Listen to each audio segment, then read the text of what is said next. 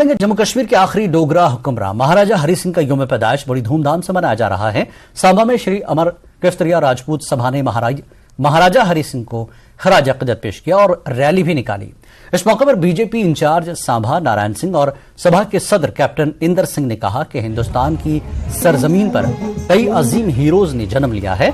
अजीम hero महाराजा हरि सिंह का 128वां यौम पैदाइश है, जिन्होंने अपनी दूरंदेशी से जम्मू कश्मीर समेत पूरे मुल्क को एक नई समत दी है, जिसकी वजह से आज जम्मू कश्मीर हिंदुस्तान का अटूट अंग है।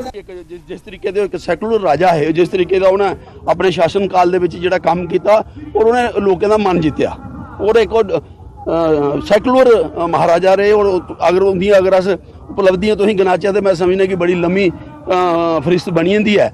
और जिस कारण वो फिर बॉम्बे उन्हें जाना पाया, मजबूरन जाना पाया। और जेड़े जेड़े लोग उस साजिश का इसारे उन्हें बाद में इत्थे जम्मू कश्मीर की जी हालत ही पूरी डेमोग्राफी चेंज की और एक जो रोष आ लोगों च उस सिस्टम के प्रति उस रोष के प्रति राजा साहब के अगेंस्ट जो सम्मान लोगों दिता। और मैं सारे को ज़्यादा वो कन्नै क्या होया तो देखो कि विलय दिवस उपर अं छुट्टी मिली। विलय दिवस भी राजा महाराजा हरि सिंह जी ने किया, वो उपर भी कश्मीरी प्रश्न चिन्ह लगाते रहे। वो बाद 13 जुलाई जिसी शहीदी दिवस के तौर पर मनाया जाता है।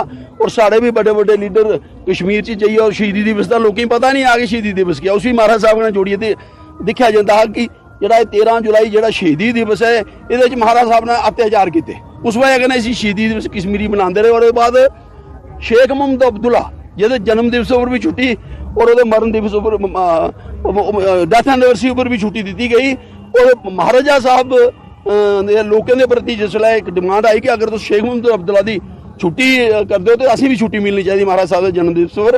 और पिछली जी सरकार रही उन्हें 13 जुलाई की छुट्टी भी कैंसल की, शेख मोहम्मद अब्दुल्ला के छुट्टी भी कैंसल की, 26 विलय दिवस पर छुट्टी घोषित की, कन्नै 23 सितंबर की महाराज साहब के जन्म दिवस पर छुट्टी डिक्लेयर की। ये कन्नै मैं सरकार का भी धन्यवाद करना कि महाराज साहब का मान सम्मान जो लोग चाहते हो मान सम्मान जो इन्हें पूरा महाराज साहब की दिता। महाराजा हरि सिंह सिर्फ राजपूतों के राजा ने है, वो सारे जिन्ने भी बरादरियां हैं वो सारे दे गए राजा है। उन्हें जो कुछ कम हिंदुस्तान च बाद च होया उन्हें साड़ी स्टेट च सारे कोला पहला किया।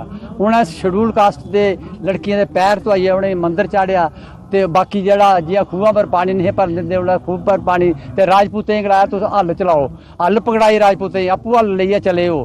तो ये उनके कारनामे है। उन्हें अगर बिजली घर जम्मू बनाया तो उन्हें श्रीनगर भी बनाया, उन्हें पुल बनाया जम्मू तो उन्हें श्रीनगर भी बनाया। और गोलमेज कॉन्फ्रेंस से बोलने वाले पूरे हिंदुस्तान उह राजा है तो और कोई किसी की मत भी नहीं। परसनैलिटी उन्हें परसनैलिटी का भी अवार्ड मिले था और उन्हें मतलब 2-3 उनके कोल अवार्ड है उनकी अपनी शख्सियत के। राजपूत सभा उधमपुर ने महाराजा हरि सिंह का 128वां यौम पैदाइश इंतहाई जोशो खरोश के साथ मनाया। उधमपुर के मकामी महल में मुनक्किद हुई इस तकरीब में राजपूत डोगरा बरादरी और मुअज़्ज़िज़ीन ने शिरकत की। साबिक़ हुक्मरान को खराज अक़ीदत पेश किया गया। महाराजा हरि सिंह रियासत जम्मू कश्मीर के आखिरी हुक्मरान हैं। महाराजा की जिंदगी, कामयाबियों और रियासत की तरक्की में शिराकत पर रोशनी डाली गई। मेरा नाम संजीव सिंह है। आज ये जो हमने यहाँ पे कार्यक्रम रखा हुआ है ये महाराजा हरि सिंह जी जो हमारे राज्य के आखिरी राजा थे उनके जन्म दिवस के अवसर पर ये कार्यक्रम रखा हुआ है। और ये जो कार्यक्रम रखने का हमारा जो मेन उद्देश्य था, एक तो उनका जन्मदिन हम सेलिब्रेट करेंगे और ये जो आज हमारे JNK सरकार ने ये जो छुट्टी घोषित की है उनके जन्म दिवस पर, ये आज नोटिफिकेशन के बाद ये पहली छुट्टी है, इस साल की ये पहली छुट्टी है नोटिफिकेशन के बाद।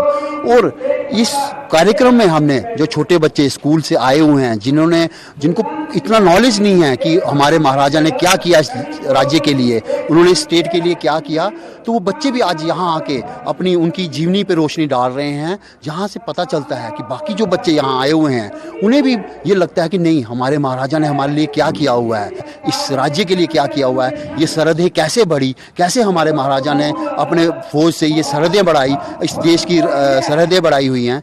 तो ये इसी उपलक्ष्य के लिए हमने ये आज यहाँ कार्यक्रम रखा हुआ था, जिससे कि सारे डोगरा समाज को पता चले कि हमारे राजा ने इस देश के लिए, इस स्टेट के लिए क्या किया हुआ है।